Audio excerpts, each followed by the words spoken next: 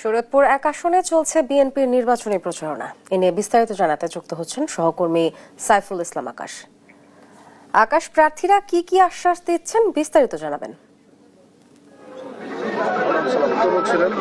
জি, আপনি যেমনটি বলছিলেন, ত্রয়োদশ জাতীয় সংসদ নির্বাচনকে সামনে রেখে কিন্তু শরীয়তপুরে পালং জাজিরা এক আসনে বিএনপি মনোনীত প্রার্থী বিএনপির সাংগঠনিক সম্পাদক শরীয়তপুর জেলার সাইদ আহমেদ আসলাম, তিনি কিন্তু ধানের শীষের প্রতীক নিয়ে শরীয়তপুর জেলার বিভিন্ন উপজেলায় তিনি পথযাত্রা করছেন। এই মুহূর্তে আমি অবস্থান করছি শরীয়তপুর ডোমসার বাজারে, সে জায়গায় তিনি পথযাত্রায় অংশগ্রহণ করেছেন। তার সাথে আমরা সরাসরি যুক্ত হবো। আসলে এই যে পালং জাজিরা এক আসনে আপনি ধানের শীষের কান্ডারি হিসেবে রয়েছেন, সেক্ষেত্রে এই এলাকার মানুষদের সাথে আপনি কথোপকথন করছেন, তারা কি ধরনের প্রত্যাশা আপনাকে জানাচ্ছে এবং 17 বছর কি কি উন্নয়ন হয়নি, আপনি যদি জয়ী হন সেক্ষেত্রে আপনি কি ধরনের উন্নয়ন করবেন আমাদের জানাবেন।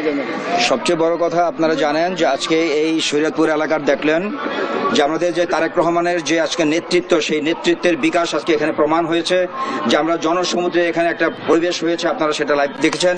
এটাই হলো তারেক রহমান, এটাই হলো তারেক রহমানের নেতৃত্ব, এটাই হলো বিএনপির নেতৃত্ব। বিএনপি গণতন্ত্রেতে বিশ্বাস করে, বাক স্বাধীনতা বিশ্বাস করে, তারা ভোটের রাজনীতিতে বিশ্বাস করে, যেটা আমাদের জনাব তারেক রহমান সবসময় বলে আসছেন। আমরা গণমানুষের রাজনীতি করি, গণমানুষের অধিকার নিয়ে কাজ করি, বারবার বিএনপি সেই অধিকার নিয়ে কাজ করেছে। আমরা এই এলাকার যারা 17 বছর এই ফ্যাসিস্ট সরকার যারা ক্ষমতায় ছিলেন, তারা এই এলাকাতে কোনোই উন্নয়ন করেনি। আজকে এখানে কোনো রাস্তাঘাটের কোনো অবস্থান খুবই খারাপ, এখানে মানুষ চলাচল করতে পারেন না, এখানে কোনো চিকিৎসা ব্যবস্থা নাই, যেখানে কোনো মানুষ কোনো চিকিৎসা পাচ্ছে না, এখানে তেমন শিক্ষার ব্যবস্থা নেই, এখানে সর্বোপরি এখানে কোনো কর্মসংস্থানের ব্যাপার নাই। যদিও এখানে পদ্মা সেতু হয়েছে, পদ্মা সেতুর পারে, কিন্তু এইটা হওয়ার পরে এখানে এই এলাকাতে কর্মসংস্থান কোনো ব্যবস্থা নাই। যদি ইনশাল্লাহ যদি এই জনগণ যদি তারেক রহমানকে ভোট দিয়ে যদি আজকে আমাদের এই এলাকা থেকে যদি বিএনপিকে জয়যুক্ত করে, আমরা তারেক রহমানের বিএনপিকে যদি আমরা আজকে ক্ষমতা আনতে পারি, ইনশাল্লাহ আমি তারেক রহমানের থেকে এই এলাকার এই উন্নয়নগুলি করব। যেখানে আপামর জনসাধারণের যে চাহিদা চিকিৎসার, এখানে একটা অবশ্যই ক্লিনিক করব, এখানে শিক্ষার ব্যবস্থার কাজ করব, এখানে ইউনিভার্সিটি নিয়ে কাজ করব, আমরা এখানে কর্মসংস্থানের জন্য ইপিজেড গড়ে তুলব।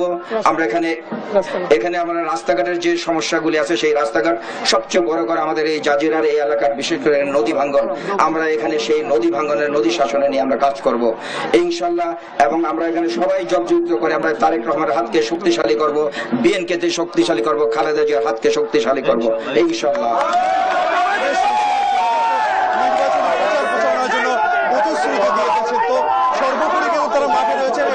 স্থানীয় যারা ভোটার রয়েছে তারা কিন্তু চাচ্ছে যেন 2026 সালে একটি অবাধ, সুষ্ঠু এবং নিরপেক্ষ ভোট হয় এবং তাদের যে প্রতিশ্রুতি দিচ্ছে সেটি যেন এই প্রার্থীরা বাস্তবায়ন করে। তো এই ছিল আমার কাছে শরীয়তপুরের নির্বাচনী প্রচারণা থেকে সর্বশেষ তথ্য।